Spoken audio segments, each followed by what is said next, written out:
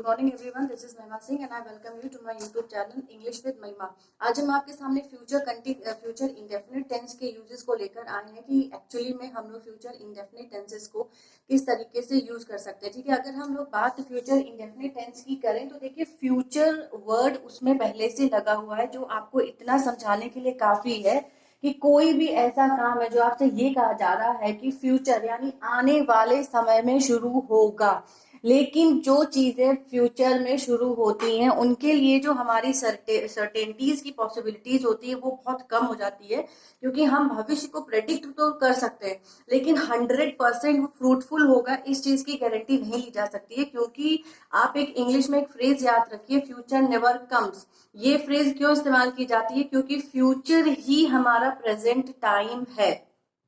अगर हम आपसे ये कहें कि संडे को हम दिल्ली जाएंगे, लेकिन जब संडे आएगा और हम दिल्ली के लिए निकलने लगेंगे तो वो एक्चुअली हमारा फ्यूचर नहीं होगा, वो हमारा प्रेजेंट टाइम होगा। यानी कि फ्यूचर इंडेफिनिट टेंस या फ्यूचर का कोई भी टाइप पढ़ते समय आपको ये ध्यान रखना है कि जो फ्यूचर है वो प्रेजेंट इंडेफिनिट को अपने साथ में लेकर चलता है, क्योंकि फ्यूचर ही हमारा प्रेजेंट है। अगर फ्यूचर को आप पर्टिकुलरली लेना चाहते हैं तो अपने दिमाग में इस तरह से फीडिंग करवाइए कि जो आने वाले समय में जो फ्यूचर प्रेडिक्शंस होती हैं उनको कैसे बोला जाए, एक्चुअली फ्यूचर टाइम को किस तरह से इंडिकेट किया जाए। सिर्फ इतनी सी बात को समझाने के लिए फ्यूचर इंडेफिनिट टेंस को ओरिजिनेट किया गया कि एक्चुअली इंसान जब अपनी कॉन्वर्सेशन स्टार्ट करता है वो अपना प्रेजेंट बताता है, अपना पास्ट बताता है, तो वो तो पॉसिबल है क्योंकि प्रेजेंट में हम जी रहे और पास्ट हम जी चुके, लेकिन जो फ्यूचर है उसकी हम केवल कल्पना कर रहे हैं। वो सच भी हो सकता है और वो सच नहीं भी हो सकता है, क्योंकि आने वाले समय में वो हमारा प्रेजेंट है।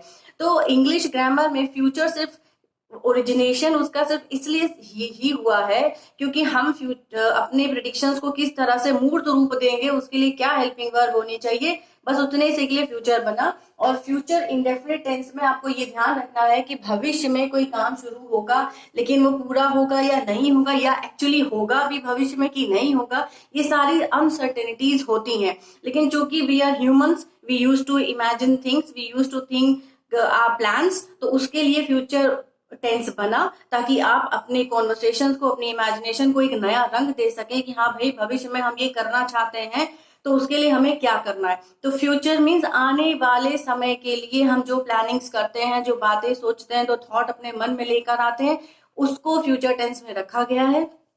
ठीक है, फ्यूचर इंडेफिनिट टेंस में आपको हर वो सेंटेंस पढ़ना होता है जो हमारी प्रेडिक्शंस होती हैं, हमारे थॉट होते हैं, लेकिन वो पूरा होगा या नहीं इस बात की कोई गारंटी नहीं है, क्योंकि जब वो समय आएगा यानी वो फ्यूचर समय आएगा तो वो हमारी लाइफ का प्रेजेंट टाइम हो चुका होगा। ठीक है, देखिए आपके सामने कुछ एग्जांपल्स हमने रखे हैं, और जब टेंसेस स्टार्ट हुए थे या कोई कॉन्वर्सेशन स्टार्ट हुई थी तो मैंने आपको ये बताया कि इंसान अपनी जो डेली लाइफ की जो कॉन्वर्सेशन होती है, या नहीं डेली लाइफ की नहीं भी होती है, कॉमन फैक्ट्स होते हैं।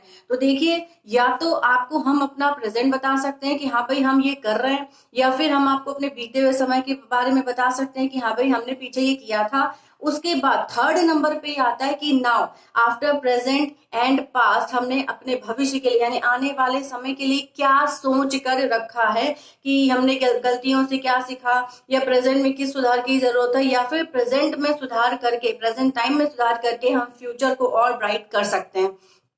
ठीक है, तो कहने का बस इतना सा मतलब है कि फ्यूचर मतलब आने वाले फैक्ट्स को हम लोग एनालाइज करते हैं। ठीक है, तो हमारे पास, हमारे ह्यूमन बींग्स के पास तीन ही समय होता है, या तो हमारा वर्तमान समय होता है, या फिर हमारा पास्ट होता है, या फिर हमारा फ्यूचर होता है। तो आज हम बात कर रहे हैं फ्यूचर टेंस की कि किस तरह से फ्यूचर टेंस भी हमारी लाइफ को अफेक्ट करता है, हमारी कॉन्वर्सेशन और स्पीकिंग को बेटर करता है। ठीक है, फॉर एग्जाम्पल आप देखिए कि मैं खेलता हूं, तो ये मैं खेलता हूं अपने आप में आपको ये बता रहा है कि कोई काम है जो वर्तमान में हो रहा है, यानी कि ये प्रेजेंट टाइम में हो रहा है। ठीक है, मेरे पिताजी 7 बजे घर आते हैं, यानी कि ये भी प्रेजेंट टाइम ही बता रहा है आपको। दूसरे सेंटेंस पे आते हैं, कल वह जयपुर गया, गया मीन्स गया था, यानी he went to Jaipur yesterday. अब हम किसकी बात कर रहे हैं? पास्ट टाइम की, यानी बीता हुआ जो हमारा समय है उसकी बात कर रहे हैं। कल वर्षा हुई थी, इट रेन्ड यस्टरडे, यानी कि ये भी हमारा पास्ट टाइम दिखा रहा है, यानी हमारा बीता हुआ समय दिखा रहा है कि भाई कल वर्षा हुई थी, आज नहीं हो रही है लेकिन कल हुई थी। थर्ड वन पे आते हैं, वह जयपुर जाएगा। अब आप देखिए, वह जयपुर जाएगा और कल वह जयपुर गया था, दोनों में बहुत अंतर है। गया था आपको श्योरिटी दे रहा है कि हाँ वो गया था, लेकिन वह जाएगा ये आपको प्रेडिक्शन दिखा रहा है कि he will go to Jaipur. गया कि नहीं गया, फाइनली पहुंचा कि नहीं पहुंचा, ये बात आपको फ्यूचर इंडेफिनिट टेंस नहीं बताएगा, केवल पास्ट ही बता सकता है कि हाँ ये काम स्टार्ट हुआ था तो शायद अपनी एंडिंग की तरफ चला गया। वे फुटबॉल खेलेंगे, दे विल प्ले फुटबॉल। अब जब वो टाइम आएगा तो हो सकता है कि वो ना खेले। तो यहाँ पे प्रेजेंट फ्यूचर इंडेफिनिट में आपको ये समझ में आ रहा है कि आपके पास दो हेल्पिंग वर्ब होती हैं, एक विल और दूसरी होती है शैल। फ्यूचर में आपको बस इतना ध्यान रखना है कि जो शैल है वो केवल दो ही चीजों के साथ यूज होगा, आई और वी के साथ। आई और वी इनके साथ आपको शैल प्लस वर्ब की फर्स्ट फॉर्म लगा देनी है।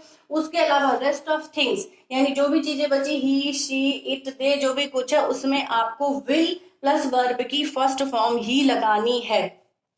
ठीक है, तो अब जब हमारे पास तीन ही समय है, या तो प्रेजेंट है, या तो पास्ट है, या फिर हमारा फ्यूचर है, लेकिन फ्यूचर आपको अपने दिमाग में बैठाना चाहिए कि फ्यूचर ही तो हमारा प्रेजेंट है। जब फ्यूचर समय आएगा तो वो हमारे प्रेजेंट में कन्वर्ट हो जाएगा। यानी फ्यूचर इंडेफिनिट टेंस आपको सिर्फ इतना बताता है कि भाई भविष्य में कोई घटना होने वाली है, लेकिन वो पूरी होगी या नहीं होगी ये नहीं पता चलता है। फॉर एग्जाम्पल,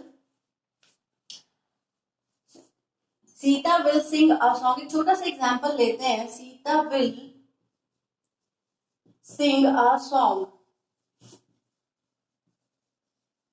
ठीक है, तो ये जो विल है, नेचुरली सीता एक सिंगल लड़की है, हमारा सब्जेक्ट है, तो ये इसके साथ विल आ गया। Alright, Sita will sing a song. तो देखिए Sita will sing a song, हो सकता है कि जब अभी तो हमारी प्रेडिक्शन है, हमारा थॉट है कि भाई सीता गाना गाएगी, लेकिन हो सकता है कि जब वो मोमेंट आए तो सीता गाना गाने से मना कर दे। यानी आपको बस इतना ही ध्यान रखना है कि जो फ्यूचर इंडेफिनिट टेंस है वो केवल ये बताता है कि नेचुरली कौन सी घटनाएं घटित हो सकती हैं। फॉर एग्जाम्पल, विंटर विल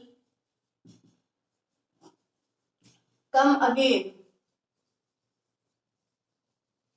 ठीक है, विंटर विल कम अगेन, ये सेंटेंस आपको ये बता रहा है कि भाई ये भविष्य की एक ऐसी घटना है जो जरूर होगी। यानी फ्यूचर इंडेफिनिट टेंस का प्रयोग आपको हर उस चीज के लिए भी करना है जो हम समझते हैं कि हाँ ये घटना जरूर घटित होगी आने वाले समय में, इसमें कोई भी बदलाव नहीं होगा। ठीक है, दूसरा देख लेते हैं, नंबर 2,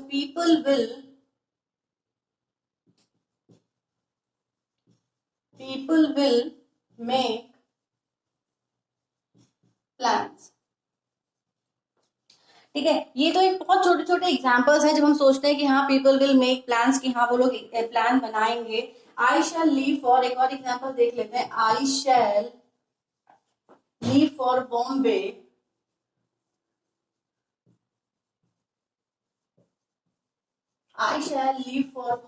टुमारो। ठीक है, आई shall leave for Bombay tomorrow, यानी ये कुछ फिक्स प्लान आपको बता रहा है कि हाँ भाई कल डेफिनेटली हम बॉम्बे के लिए निकलेंगे। एक और देख लेते हैं, you will pass the examination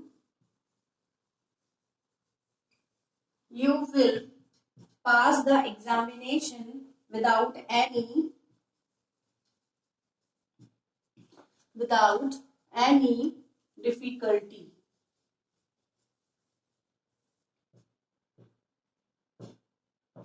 ठीक है, ये चार एग्जाम्पल आपके सामने रखे हुए हैं। विंटर विल कम अगेन, यानी कि हम ये कह रहे हैं कि भाई विंटर जो होती है, हमारा जो ठंडी का सीजन है वो आता ही है।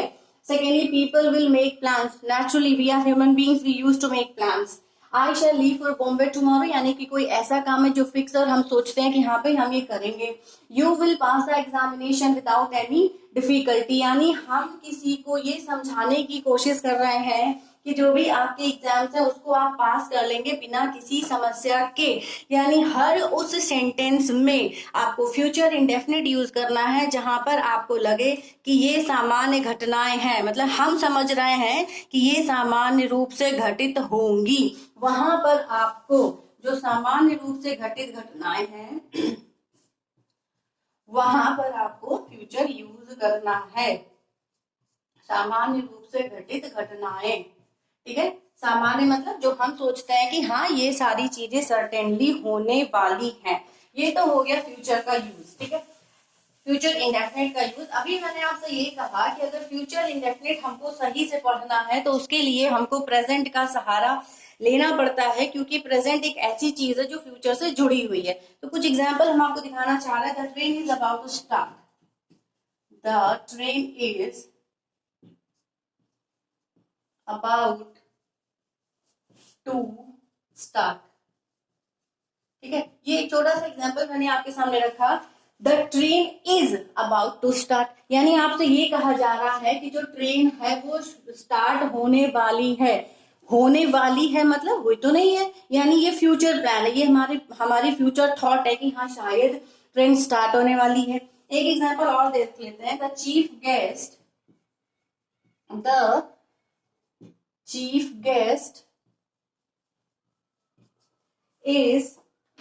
about to arrive, ठीक है, एक एग्जांपल हमने आपके सामने ये रखा। The chief guest is about to arrive. अब आप ये देखिए, the chief guest is about to arrive, ये भी फ्यूचर ही है। यानी कि हम जब कोई प्रोग्राम होस्ट कर रहे होते हैं तो ऑडियंस को बार बार ही बताते हैं कि हाँ भाई पेशेंस रखिए, the chief guest is about to arrive, he has left his home XYZ। यानी ये दोनों चीजें बात तो फ्यूचर की कर रही हैं, लेकिन आपको यहाँ पर प्रेजेंट की जो हेल्पिंग वर्ब है यूज करनी पड़ेगी, जैसे कि इज, एम, आर, ठीक है, प्लस अबाउट टू, ये आप यूज करेंगे तो इससे भी आपके फ्यूचर एक्शन पता चलते हैं। यानी कहने का ये मतलब है कि फ्यूचर एक्शन दिखाने के लिए आपको अबाउट टू का इस्तेमाल करना है इज, एम, आर के साथ, ठीक है।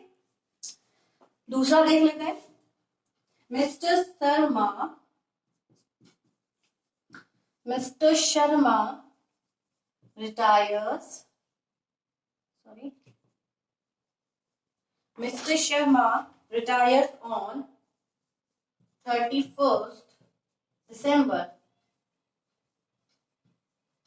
देखिए, mister Sharma retires on 31st दिसंबर, ये भी एक फ्यूचर एक्शन ही है जो अभी हुआ नहीं है।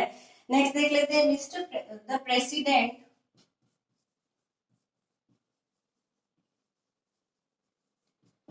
द प्रेसिडेंट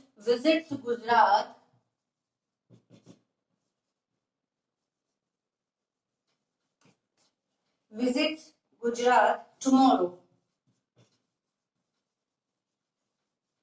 ठीक है। अब देखिए, ये भी आपके फ्यूचर एक्शन ही है, जैसे कि mister Sharma retires on 31st दिसंबर, यानी कि जो मिस्टर शर्मा है वो 31st दिसंबर को रिटायर होंगे। The president visits Gujarat tomorrow, यानी कि जो प्रेसिडेंट है वो गुजरात कल जाएंगे। यानी कि यहाँ पर भी आपको फ्यूचर एक्शन ही बताए जा रहे हैं, लेकिन फ्यूचर एक्शंस बताने के लिए भी आपको प्रेजेंट इंडेफिनिट का यूज करना पड़ेगा, तभी हो सकता है, ठीक है। कुछ एग्जाम्पल्स हम आपको और दिखा दे रहे हैं, जैसे कि ही इज टू कंप्लीट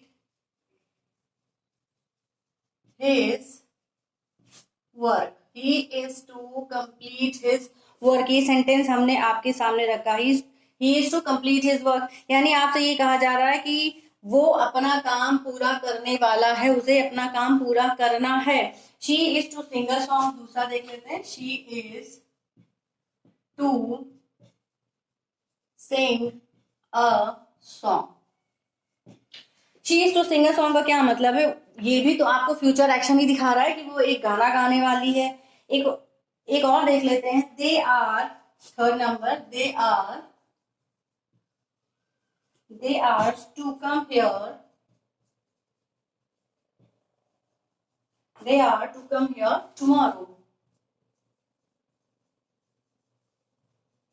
देखिए ये तीनों ही चीजें जो है आपकी वो फ्यूचर की ही बात कर रही हैं। He is to complete his work यानी कि उसको अपना काम पूरा करना है।